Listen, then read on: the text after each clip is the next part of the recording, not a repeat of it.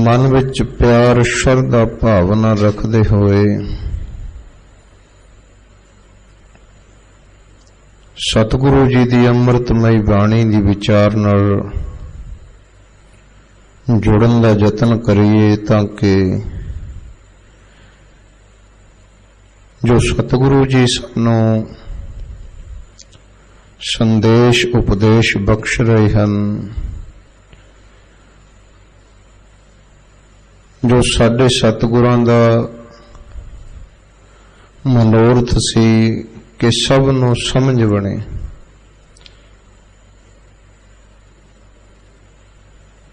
सारे ज्ञानवान होण, सूझवान बन जाण, इसे लिए इन्ना बड़ा खजाना ज्ञान दा सानू बख्शिया। जिद्दां लंगर लाइंदा भी सारे प्रशादा छक लैण, कोई फ्री कैंप लाइंदा सारे चैकअप करा लैण। इसी तरह साडे सतगुरां दा ये मनोरथ है, सब नूं समझ मिले, सोझी मिले, ज्ञान मिले।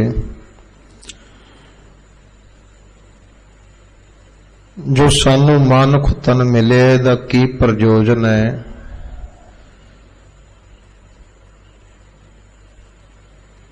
किवें सफल होना है, किधर जुड़ना है, कित्थे जुड़े पे हैं, ये सारी विचार सतगुरु जी बख्शिश करते हैं। आओ कल वाली विचार धन गुरु तेग बहादुर महाराज सच्चे पातशाह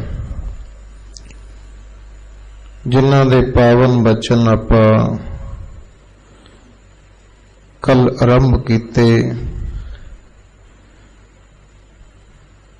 सतगुरु जी ने समझाउणा कीता कि किवें उस प्रभु की सिफत सलाह नाल जुड़ना। महाराज कहते ने जिह बिद जल को मीन, इदां तू उस हरि दे गुण गा जिवें एक मच्छी पानी दे नाल प्रीत कर दी है। हुण इत्थे जे रसना करके गाउण दी गल करिए आपां,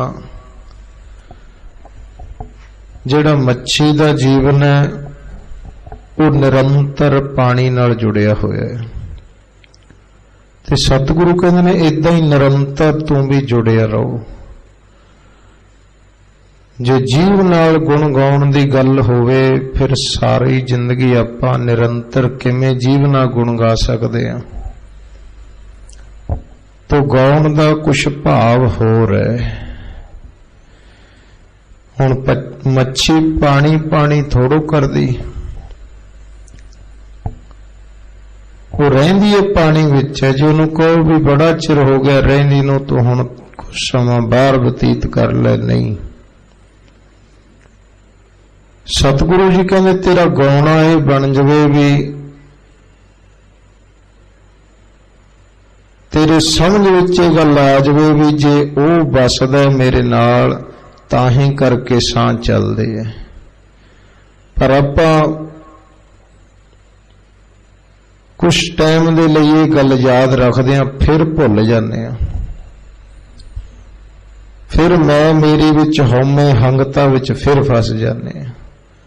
ते सतगुरु जी कहंदे ने इदां निरंतर तू ओदी याद नाल जुड़िया रहो।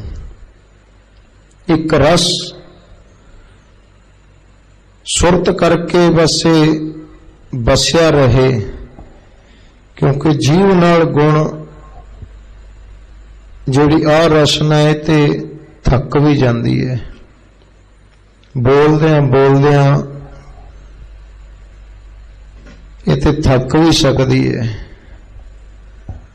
पर इको भी जेवा है, इको पैर ने, इको हथ ने, जिन्हों सुनते नहीं। अखां वाजों देखना बिन कन्ना सुनना, पैरां वाजों चलना बिन हत्थां करना, ये किवें हो सकता है? वो भी हो सकता है। वो एक मन की अवस्था है। पैर ते चलते चलते रुक सकते ने, पर सुरत करके आपां लगातार चलते रहिए। समझ करके समझ नहीं रुकनी चाहिए। समझ तो उन्होंने भी चलती जिन्हों के पैर है ही नहीं, जिन्हों के हथ है ही नहीं। इसे करके लिखिया अखीं वाजों देखना, सुरत करके देखना। आखां ते कुछ दूरी तक देख सकदियां ने, पर जे समझ बन जाए ना, गुर ज्ञान नाल जुड़ जाए, सुरत बहुत उच्ची उडारी ला जाती। अखां वाजों देखना, बिन कन्ना सुनना। एक तो जिहड़ा आ बाहर आवाज़ां ने ते कन्न नाल सुन जांदियां ने, पर कुछ ऐसी आवाज़ भी है जिहड़ी आ कन्ना नाल नहीं, वो सुरत करके सुनी जाती। अखां वाजों देखना, बिन कन्ना सुनना। पैरां वाजों चलना, बिन हत्थां करना। जिभ वाजों बोलना। वो रसना, आ रसना ते साडी जिभा ते थक भी जाती है। तो सतगुरु जी दे कहण दा भाव है, इदां एक रस जिवें मच्छी पानी दे नाल प्रीत है, उहदा जीवन ही पानी है, इदां उहदे गुण गा। भाव हर समय तेरे मन विच, तेरे सुरत विच ये चीज बस जावे भी जे वो नाल है तां ही जीवन है, उदों बिना ते जीवन है ही नहीं। स्वाओ अगले बचन सतगुरु जी कहते ने, इदां उस प्रभु दे नाल जुड़िया रहो। पर तू जुड़ गया जिथे इन्नी प्रीत तू परमेश्वर नाल पाउणी सी, उत्थे तू संसार नाल पा ली। पदार्थवाद नाल इन्नी प्रीत पा ली। अगले बचन च फिर सतगुरु जी कहते ने, बिखियन स्यों काहे रचियो, निमख न होए उदास। कहो नानक भज हर मना, पर न जम की फास। सतगुरु जी कहते तेरा प्रीत अब पदार्थवाद नाल बहुती पैगी। जिथे प्रीत उस प्रभु नाल करनी सी, संसारक मोह माया नाल इन्ना, विषय वकारा नाल तेरा इन्ना प्रेम बन गया। जिथे प्रभु दी याद वधिया लगनी सी, उथे आ संसारक रस कस विषय वकार तेनू तेरे मन नू मोह लिया। इन्होंने इन्हां विषय वकारां ने इन्ना मोह लिया। गुरु साहब कहते ने, बिखियन स्यों काहे रचियो, तू इन्ना रच मिच गया इन्हां विषय वकारां दे नाल। निमख ना होए उदास, एक निमख अख झपकण दा मात्र भी तू इस रस तो दूर नहीं हुंदा, इन्ना खचित हो गया, इन्ना झूठे रसां कसां विच फस गया, तो एक पल भी इन्हां दे रस तो दूर नहीं हो रहा। जदकि जिन्नी प्रीति प्रभु नाल पाउणी सी, उन्नी संसारवाद नाल बन गई, पदार्थवाद नाल बन गई। ये पदार्थवाद दे जिहड़े चस्के ने, वही गुरमुखो दुख रूप ने, वही दुख रूप बन जाते ने। ये जिहड़े संसारक चस्के ने ना, विषय वकार, ये पदार्थवाद तां इउं है जिद्दां बाबा फरीद जी ने कहंदे तां जहर दे उत्ते मिठा लाया होया। जिहड़े आ विषय वकार, नशे, ਜਿਨ੍ਹਾਂ ਦੇ ਵਿੱਚ ਜੀਵ ਗੁਲਤਾਨ ਹੋਇਆ ਰਹਿੰਦਾ। ਆ ਪਦਾਰਥਵਾਦ ਜਿਹਦੇ ਵਿੱਚ ਸੰਸਾਰ ਫਸਿਆ ਉਲਝਿਆ, ਇਹ ਤੇ ਕਹਿੰਦੇ ਇਦਾਂ ਨਹੀਂ ਜਿਵੇਂ ਜ਼ਹਿਰ ਦੇ ਉੱਤੇ, ਜ਼ਹਿਰੀ ਪਦਾਰਥ ਦੇ ਉੱਤੇ ਮਿੱਠਾ ਲਾਇਆ ਹੋਵੇ। ਉਹ ਮਿੱਠੇ ਕਰਕੇ ਖਾ ਲੈਂਦਾ, ਪਰ ਜ਼ਹਿਰ ਆਪਣਾ ਅਸਰ ਤੇ ਦਿਖਾਉਂਦਾ ਹੀ ਦਿਖਾਉਂਦਾ ਨਾ। ਪੜ੍ਹਦੇ ਨਾ ਬਾਬਾ ਫਰੀਦ ਜੀ ਦੇ ਬਚਨ, ਉਹ ਕਹਿੰਦੇ ਫਰੀਦਾ ਇਹ ਬਿਸ ਗੰਧਲਾ ਧਰੀਆਂ ਖੰਡ ਲਵਾੜ। ਕਹਿੰਦੇ ਜਿਹੜਾ ਇਹ ਪਦਾਰਥਵਾਦ ਹੈ, ਇਹ ਵਿਸ਼ੇ ਵਿਕਾਰ ਨੇ, ਇਹ ਤੇ ਇਦਾਂ ਜਿਵੇਂ ਜ਼ਹਿਰੀ ਪਦਾਰਥ ਦੇ ਉੱਤੇ ਖੰਡ ਲਾਈ ਹੋਵੇ। ਜ਼ਹਿਰੀ ਕੋਈ ਵਸਤੂ ਹੋਵੇ, ਉਹਦੇ ਤੇ ਖੰਡ ਨਾਲ ਲਵੇੜ ਕੇ, ਮਿੱਠੇ ਨਾਲ ਲਵੇੜ ਕੇ ਰੱਖੀ ਹੋਵੇ। ਉਹ ਮਿੱਠੇ ਦੇ ਲਾਲਚ ਚ ਬੰਦਾ ਖਾ ਲੈਂਦਾ, ਪਰ ਜ਼ਹਿਰ ਨੇ ਤੇ ਆਪਣਾ ਅਸਰ ਕਰਨਾ ਹੀ ਹੈ ਨਾ। ਆ ਜਿੰਨੇ ਵੀ ਰਸ ਕਸ ਨੇ ਝੂਠੇ ਸੰਸਾਰ ਦੇ ਵਿਸ਼ੇ ਵਿਕਾਰ, ਇਹਨਾਂ ਚ ਥੋੜੇ ਸਮੇਂ ਦੇ ਲਈ ਲੱਗਦਾ ਵੀ ਬੜਾ ਰਸ ਹੈ, ਬੜਾ ਆਨੰਦ ਹੈ, ਕਿਉਂਕਿ ਸੰਸਾਰ ਕਈ ਵਾਰੀ ਗੰਦ ਨੂੰ ਵੀ ਆਨੰਦ ਸਮਝਦਾ ਨਾ, ਕਿਉਂਕਿ ਮਨ ਦੀ ਬਿਰਤੀ ਐਸੀ ਬਣ ਜਾਂਦੀ ਹੈ। ਧੰਨ ਗੁਰੂ ਤੇਗ ਬਹਾਦਰ ਮਹਾਰਾਜ ਕਹਿੰਦੇ ਨੇ, ਤੂੰ ਇਹਨਾਂ ਵਿਸ਼ੇ ਵਿਕਾਰ ਸੰਸਾਰ ਦੇ ਮੋਹ ਪਦਾਰਥਾਂ 'ਚ ਇੰਨਾ ਫਸ ਗਿਆ, ਇੱਕ ਪਲ ਵੀ ਤੂੰ ਇਹਨਾਂ ਤੋਂ ਉਪਰਾਮ ਨਹੀਂ ਹੁੰਦਾ। ਹਰ ਸਮੇਂ ਤੇਰੀ ਸੁਰਤ ਇਸ ਸੰਸਾਰ ਦੇ ਪਦਾਰਥਵਾਦ ਵਿਸ਼ੇ ਵਿਕਾਰਾਂ 'ਚ ਫਸੀ ਰਹਿੰਦੀ। ਹੁਣ ਜਿਹੜੀਆਂ, ਕਿਉਂਕਿ ਵਿਸ਼ੇ ਵਿਕਾਰਾਂ 'ਚ ਵੀ ਰਸ ਹੈ ਨਾ, ਰਸ ਤੇ ਹਰ ਇੱਕ ਚੀਜ਼ ਵਿੱਚ ਹੈ, ਪਰ ਇੱਕ ਉਹ ਰਸ ਹੈ ਜਿਹੜਾ ਬਾਅਦ ਵਿੱਚ ਨੁਕਸਾਨ ਕਰਦਾ ਹੈ। ਇੱਕ ਉਹ ਰਸ ਹੈ ਜਿਹੜਾ ਜੀਵਨ ਨੂੰ ਆਨੰਦਿਤ ਬਣਾ ਦਿੰਦਾ ਹੈ। ਰਸ ਰਸ 'ਚ ਫਰਕ ਹੈ। ਵਿਸ਼ੇ ਵਿਕਾਰਾਂ ਦਾ ਵੀ ਰਸ ਹੈ, ਨਸ਼ਿਆਂ ਦਾ ਵੀ ਰਸ ਹੈ, ਮਾੜੀ ਸੰਗਤ ਦਾ ਆਪਣਾ ਰਸ ਹੈ। ਜਿਹੜਾ ਸਾਡਾ ਮਨ ਹੈ, ਜ਼ਿਆਦਾਤਰ ਇਹਦਾ ਸੁਭਾਅ ਹੈ ਜਿਹੜਾ ਪਾਣੀ ਵਾਲਾ ਹੈ। ਜਿਵੇਂ ਪਾਣੀ ਦਾ ਸੁਭਾਅ ਨੀਵੇਂ ਪਾਸੇ ਨੂੰ ਜਾਣਾ ਹੈ, ਇਸੇ ਤਰ੍ਹਾਂ ਜਿਹੜਾ ਸਾਡਾ ਮਨ ਦਾ ਸੁਭਾਅ ਹੈ, ਇਹ ਵੀ ਮਾੜੇ ਪਾਸੇ ਨੂੰ ਜਲਦੀ ਚਲਿਆ ਜਾਂਦਾ। ਜਿਵੇਂ ਪਾਣੀ ਨੀਵੇਂ ਪਾਸੇ ਨੂੰ ਜਾਣਾ ਹੋਵੇ, ਕੋਈ ਯਤਨ ਕਰਨ ਦੀ ਲੋੜ ਨਹੀਂ। ਟੂਟੀ ਖੋਲ ਦਿਓ, ਮੋਟਰ ਚਲਾ ਦਿਓ, ਪੈਪ ਛੱਡ ਦਿਓ, ਆਪੇ ਨੀਵੇਂ ਥਾਂ ਤੇ ਨਾਲੀਆਂ ਚ ਟੋਇਆਂ ਚ ਆਪੇ ਚਲੇ ਜਾਂਦੇ।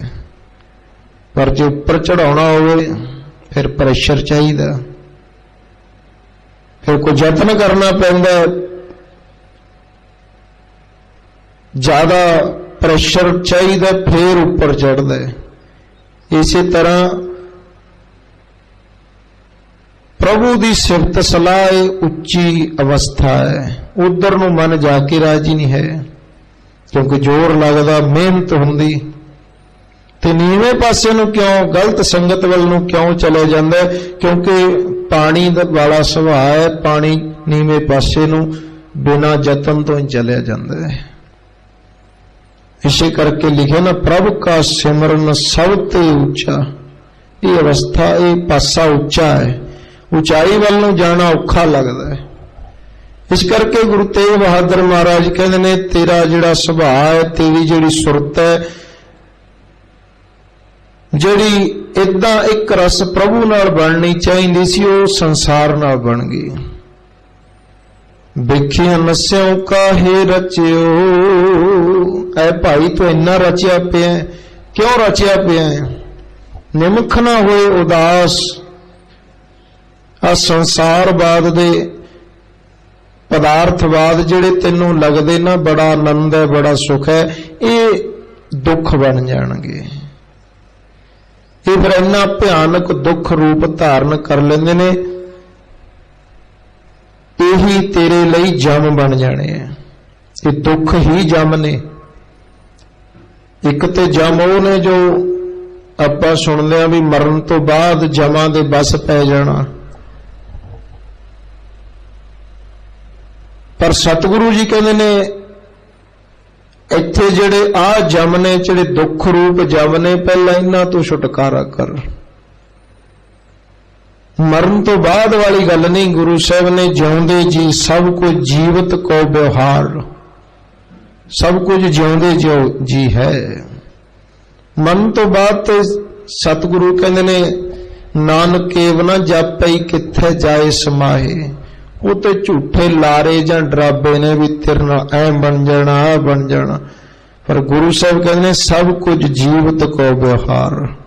ਤੈਨੂੰ ਇੱਥੇ ਸਭ ਤੇਰੇ ਨਾਲ ਹਿਸਾਬ ਕਿਤਾਬ ਉਰੇ ਹੀ ਹੋ ਜਾਣਾ, ਉਰੇ ਹੀ ਜਮਾਂ ਦੇ ਬਸ ਪੈ ਜਾਣਾ। ਤੂੰ ਦੁੱਖ ਰੂਪ ਜਮਾਂ ਨੇ ਘੇਰ ਲੈਣਾ, ਤੈਨੂੰ ਸੰਗਲ ਪਾ ਲੈਣਾ, ਤੇ ਜਿਨ੍ਹਾਂ ਤੋਂ ਬਚਣਾ ਹੈ ਤਾਂ ਤੂੰ ਵਿਸ਼ੇ ਵਿਕਾਰਾਂ ਤੋਂ ਪਰਾਮ ਹੋ।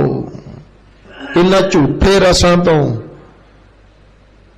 ਆਪਣੇ ਮਨ ਨੂੰ ਹਟਾ ਕੇ ਕਹੋ ਨਾਨਕ ਭਜ ਹਰਿ ਮਨਾ। ਐ ਮੇਰੇ ਮਨਾ, ਤੂੰ ਉਸ ਪ੍ਰਭੂ ਦੀ ਯਾਦ ਨਾਲ ਜੁੜ, ਪਰੈ ਨ ਜਮ ਕੀ ਫਾਸ। ਫਿਰ ਆ ਦੁੱਖ ਰੂਪ ਜਮਾਂ ਦੀ ਫਾਹੀ ਤੋਂ ਤੂੰ ਬਚ ਸਕਦਾ ਹੈ, ਕਿਉਂਕਿ ਰੱਬ ਦੇ ਪਿਆਰਿਆਂ ਨੇ ਜੋ ਗੁਰੂ ਗ੍ਰੰਥ ਸਾਹਿਬ ਮਹਾਰਾਜ ਦਾ ਸਿਧਾਂਤ ਹੈ ਨਾ, ਉਹਨਾਂ ਨੇ ਮਰਨ ਤੋਂ ਬਾਅਦ ਵਾਲੇ ਜਮਾਂ ਦੀ ਗੱਲ ਨਹੀਂ ਕੀਤੀ। ਪੜ੍ਹਦੇ ਨੇ ਭਗਤ ਕਬੀਰ ਜੀ ਦੇ ਬਚਨ, ਉਹ ਵੀ ਕਹਿੰਦੇ ਨੇ ਕਬੀਰ ਜਮ ਕਾ ਠੇਂਗਾ ਬੁਰਾ ਹੈ।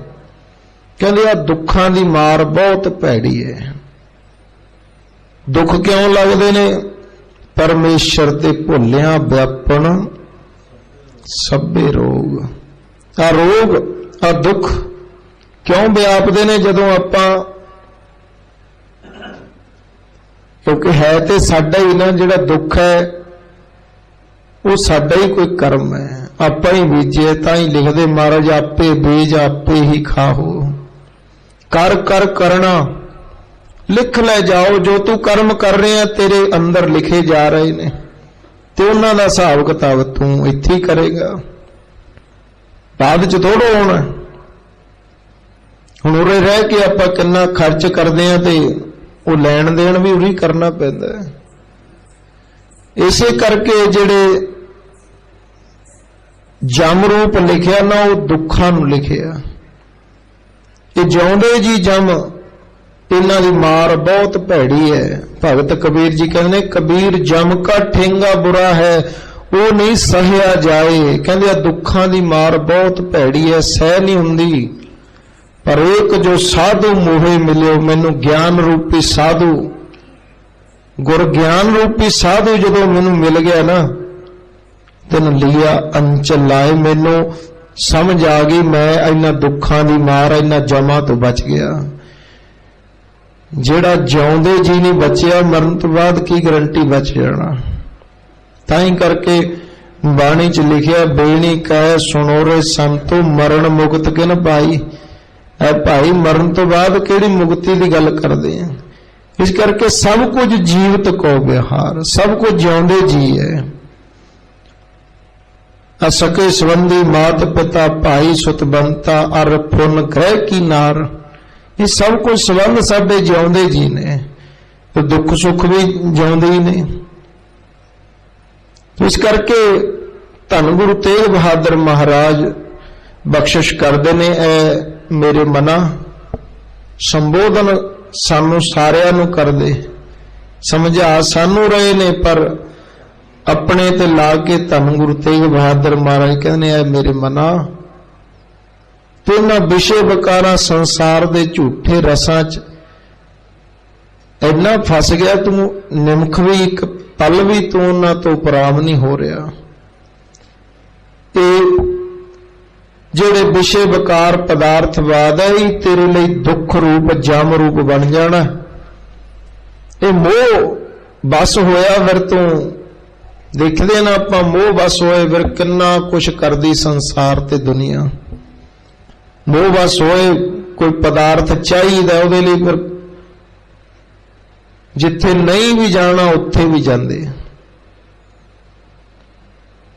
मन ने कोई संसारक पदार्थ का मोह विच फस गया, कोई पुत्र दा, कोई नौकरी दा, कोई जिद्दां दे भी पदार्थवाद का मन विच मोह बन गया, फिर उहनूं प्राप्त करने लई किन्ना कुछ यतन करदा।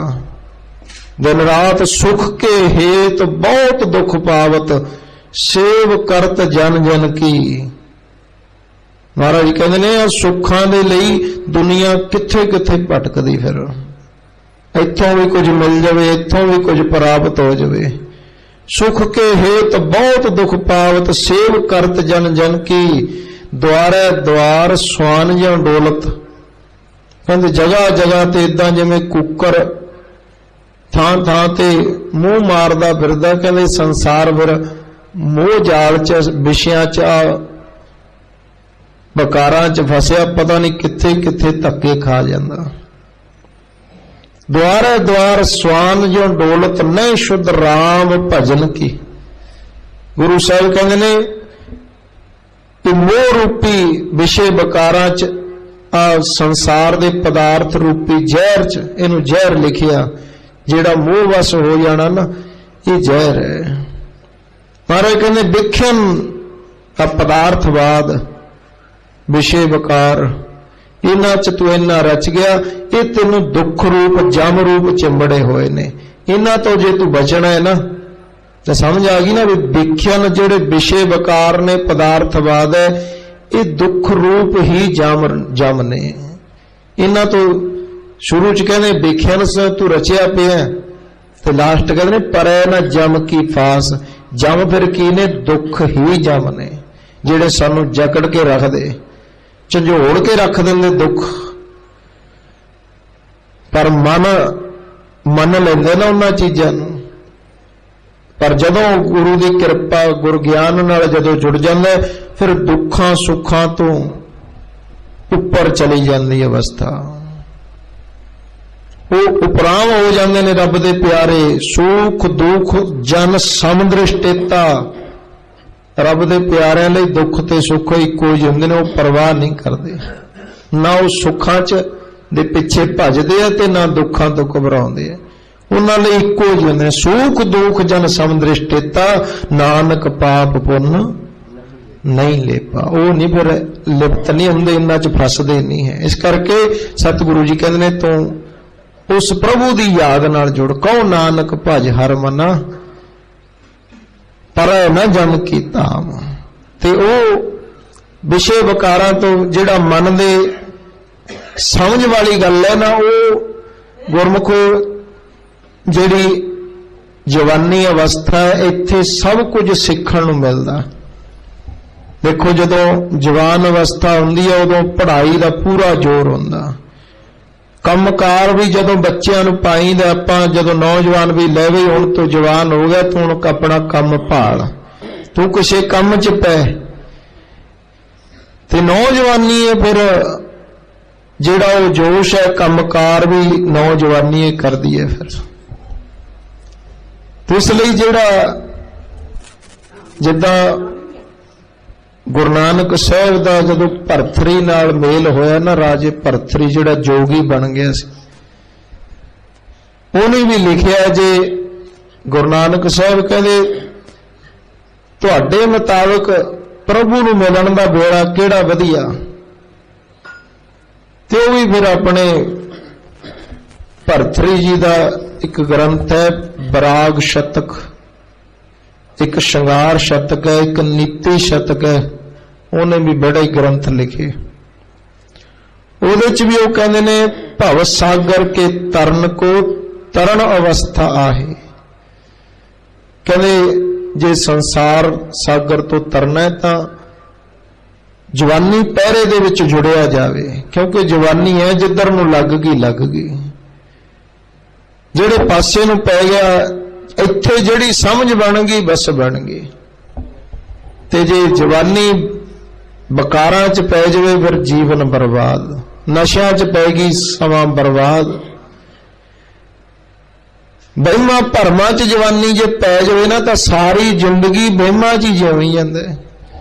इस करके जिन्ने क चलो बेनती है भी, जिन्ने क चलो पुराने बजुर्ग मातावां बीबियां वहम भरम करदियां, चलो उन्हां दा मन जुड़िया होया उह ते करो, पर बच्चियां नूं ना नाल लैके जाया करो, क्योंकि उन्हां दे विच भी उही फिर चीज बसी जांदी है। वो भी देखदे भी इत्थे जे ऐ करदे।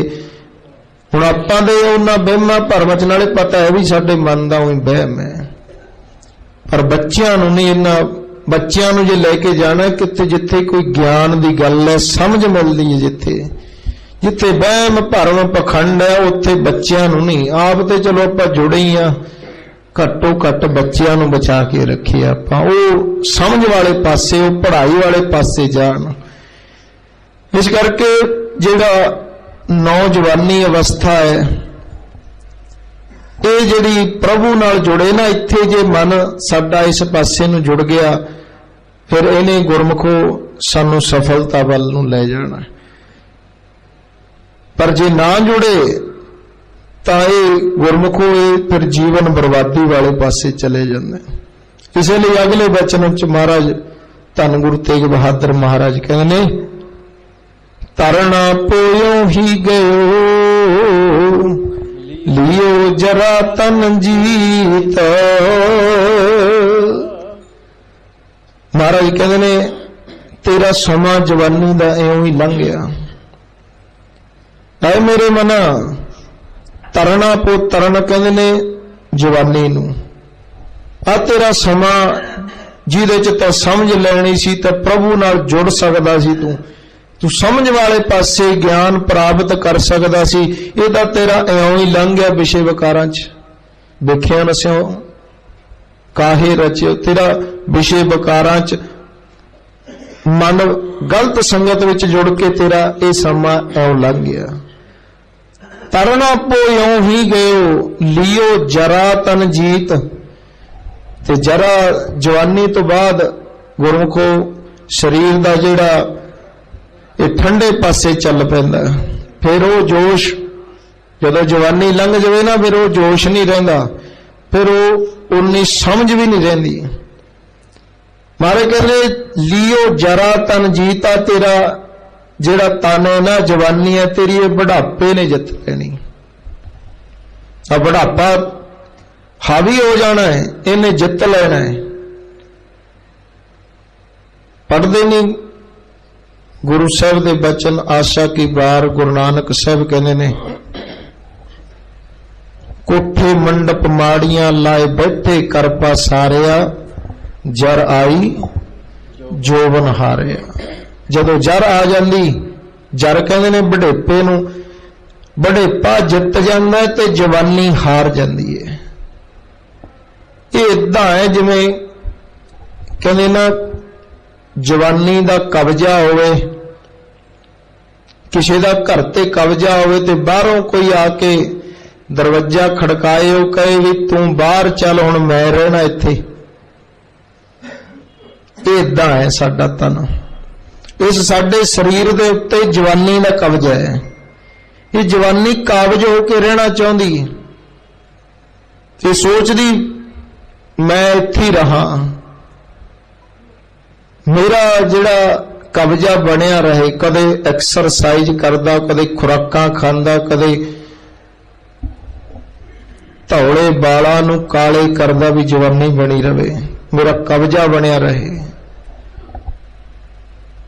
कोई ऐसियां दवाइयां मेडिसिन खांदा मैं जवान रहा, पर बाहर बुढ़ेपा खड़िया दरवाजा खड़का रहा भी नहीं तू बाहर चल, इत्थे हुण मैं रहना है। बड़ा यत्न करदी जवानी भी अवस्था में शरीर ते काबज रहा, बड़े साबण शैंपू लाउंदे संसार जवानी बनी रहे, पर आखिरकार जवानी हार जाती, इस शरीर विच बुढ़ापा अपना कब्जा कर लैंदा। आखो सतनाम। बड़ा यत्न करदा महाराज कहंदे ने तेरा जवानी अवस्था ऐ लंघी विषय विकारा, क्यों ख्याल नहीं करे तू, चित्ते ही नहीं करया। तरना पोयोंगे ही गयो लियो जरा तन जीत। आ तेरी जरा बुढ़ापे ने तेरा जवानी जित ली। तू इत्थे ਸੰਸਾਰ ਦੇ ਵਿੱਚ ਵਿਸ਼ੇ ਵਿਕਾਰਾਂ ਚ ਉਲਝਿਆ ਰਿਹਾ, ਉਹ ਤੇਰਾ ਸਮਾਂ ਜਿਹੜਾ ਉਹ ਤੇ ਤੇਰਾ ਸਮਾਂ ਬਤੀਤ ਹੋ ਗਿਆ। ਪਰ ਮਹਾਰਾਜ ਕਹਿੰਦੇ ਕਹੋ ਨਾਨਕ ਭਜ ਹਰ ਮਨਾ, ਔਤ ਜਾਤ ਹੈ ਬੀਤ। ਤੇਰਾ ਸਮਾਂ ਬਤੀਤ ਹੁੰਦਾ ਜਾ ਰਿਹਾ, ਤੂੰ ਉਸ ਪ੍ਰਭੂ ਦੀ ਸਿਫਤ ਸਲਾਹ ਨਾਲ ਜੁੜ। ਐ ਮੇਰੇ ਮਨਾ ਦੇਖ ਬਚਪਨ ਤੋਂ ਬਾਅਦ ਜਵਾਨੀ, ਬਚਪਨ ਨਹੀਂ ਟਿਕਿਆ ਫਿਰ ਜਵਾਨੀ ਨਹੀਂ ਟਿਕੀ, ਫਿਰ ਬੁਢਾਪਾ ਵੀ ਨਹੀਂ ਟਿਕਣਾ। ਤੈਨੂੰ ਭੁਲੇਖਾ ਹੈ। ਪਹਿਲਾਂ ਬੰਦਾ ਸੋਚਦਾ ਮੈਂ ਥੋੜੋ ਕਿਤੇ ਬੁੱਢਾ ਹੋਣਾ, ਮੈਂ ਤੇ ਜਵਾਨ ਹੀ ਰਹਿਣਾ। ਫਿਰ ਬੁਢੇਪੇ ਚ ਆ ਕੇ ਵੀ ਸਮਝ ਨਹੀਂ ਆਉਂਦੀ ਵੀ ਅੱਗੇ ਅਗਲਾ ਸਮਾਂ ਕੀ ਹੈ। ਫਿਰ ਵੀ ਸੋਚਦਾ ਅਜੇ ਕਿਹੜਾ ਜਾਣਾ। ਜਵਾਨੀ ਪਹਿਰੇ ਕਿਸੇ ਨੂੰ ਕਹੋ ਭਾਈ ਗੁਰੂ ਵਾਲੇ ਬਣੋ, ਅੰਮ੍ਰਿਤ ਧਾਰੀ ਹੋ ਜਾਓ, ਉਹ ਕਹਿੰਦੇ ਅਜੇ ਜਵਾਨੀ ਅਵਸਥਾ, ਖਾਣ ਪੀਣ ਦਾ ਸਮਾਂ। ਵੇਖਿਓ ਨਾ ਸਿਉ ਕਾਹੇ ਰਚਿਓ। ਆ ਝੂਠੇ ਰਸ ਕਸ ਨੇ ਜਿਨ੍ਹਾਂ ਨੂੰ ਆਪਾਂ ਮੌਜ ਬਹਾਰ ਸਮਝਦੇ ਹਾਂ ਕਿ ਗੁਰੂ ਵਾਲੇ ਬਣ ਕੇ ਨਹੀਂ ਕੋਈ ਚੀਜ਼ ਮਿਲਦੀ ਸਾਨੂੰ, ਕਿ ਜਿਹੜੇ ਰੱਬ ਵਾਲੇ ਪਾਸੇ ਲੱਗੇ ਕਿ ਉਹਨਾਂ ਨੂੰ ਕੁਝ ਮਿਲਦਾ ਨਹੀਂ ਹੈ, ਕਿ ਉਹਨਾਂ ਦੇ ਧੀਆਂ ਪੁੱਤਰ ਨਹੀਂ ਹੈ, ਕਿ ਉਹਨਾਂ ਨੂੰ ਖਾਣ ਪੀਣ ਨੂੰ ਨਹੀਂ ਕੁਝ ਮਿਲਦਾ, ਪਹਿਨਣ ਨੂੰ ਨਹੀਂ ਮਿਲਦਾ, ਸਭ ਕੁਝ ਮਿਲਦਾ ਹੈ ਪਰ ਸਾਡੇ ਮਨ ਦੀ ਸਮਝ 'ਚ ਹੀ ਫਰਕ ਹੈ। ਆਖੋ ਸਤਨਾਮ ਭਜ ਕੇ ਆਖੋ ਸਤਨਾਮ ਸ੍ਰੀ ਵਾਹਿਗੁਰੂ। ਸਭ ਕੁਝ ਹੈ ਪਰ ਬੇਸਮਝੀ ਹੈ। ਸਾਡੇ ਮਨ ਨੇ ਉਹੀ ਮੰਨ ਕੇ ਪਤਾ ਨਹੀਂ ਮੈਂ ਜੇ ਰੱਬ ਵਾਲੇ ਪਾਸੇ ਹੋ ਗਿਆ, ਮੈਂ ਕਿਤੇ ਅੰਮ੍ਰਿਤਧਾਰੀ ਹੋ ਗਿਆ, ਪਤਾ ਨਹੀਂ ਕੀ ਰਹਿ ਜਾਣਾ। ਰਹਿਣਾ ਕੁਛ ਨਹੀਂ ਬਲਕਿ ਸਾਡਾ ਬਚਾਅ ਹੋ ਜਾਣਾ। ਆਖੋ ਸਤਨਾਮ ਸ੍ਰੀ ਸਗੋਂ ਬਚਾਅ ਹੋ ਜਾਣਾ। ਜੇ ਗੁਰ ਗਿਆਨ ਵਾਲੇ ਪਾਸੇ ਲੱਗੇ ਨਾ, ਸਮਝ ਵਾਲੇ ਪਾਸੇ ਲੱਗੇ ਤਾਂ ਗੁਰਮੁਖੋ ਬਚਾਅ ਹੋਣਾ, ਸਾਡਾ ਫਾਇਦਾ ਹੀ ਹੋਣਾ, ਨੁਕਸਾਨ ਕੋਈ ਨਹੀਂ। ਮਹਾਰਾਜ ਕਹਿੰਦੇ ਤਰਣਾ ਪੋਇਓ ਹੀ ਗਿਓ। ਤੇਰਾ ਵਹਿਮਾਂ ਵਿਸ਼ੇ ਵਿਕਾਰਾਂ 'ਚ ਤੇਰੀ ਜਵਾਨੀ ਲੰਘ ਗਈ ਜਦੋਂ ਸਮਝ ਵਾਲਾ ਤੇਰਾ ਪੱਖ ਸੀਗਾ। ਜਦੋਂ ਤਾਂ ਸਮਝ, ਹੁਣ ਤਾਂ ਜਿਹੜੇ ਨੌਜਵਾਨ ਹੈ ਜਿਹੜਾ ਉਹ ਜਲਦੀ ਸਮਝ ਜਾਂਦੇ। ਕੋਈ ਗਿਆਨ ਦੀ ਗੱਲ, ਸਮਝ ਦੀ ਗੱਲ ਕਰੋ ਨਾ, ਨੌਜਵਾਨ ਵੀਰ ਪੜ੍ਹੇ ਲਿਖੇ ਜਲਦੀ ਸਮਝ ਜਾਂਦੇ। ਜਿਹੜੇ ਬਜ਼ੁਰਗ ਮਾਤਾਵਾਂ ਵੀਰ ਉਹਦੇ ਸਮਝਦੇ ਜਿੰਨਾ ਮਰਜ਼ੀ ਗੁਰੂ ਦੀ ਵੀ ਗੁਰੂ ਸਾਹਿਬ ਇਹ ਕਹਿੰਦੇ ਨੇ, ਫਿਰ ਕਹਿੰਦੇ ਨੇ ਭਾਈ ਸਾਰਾ ਕੁਝ ਹੀ ਕਰਨਾ ਪੈਂਦਾ ਹੈ।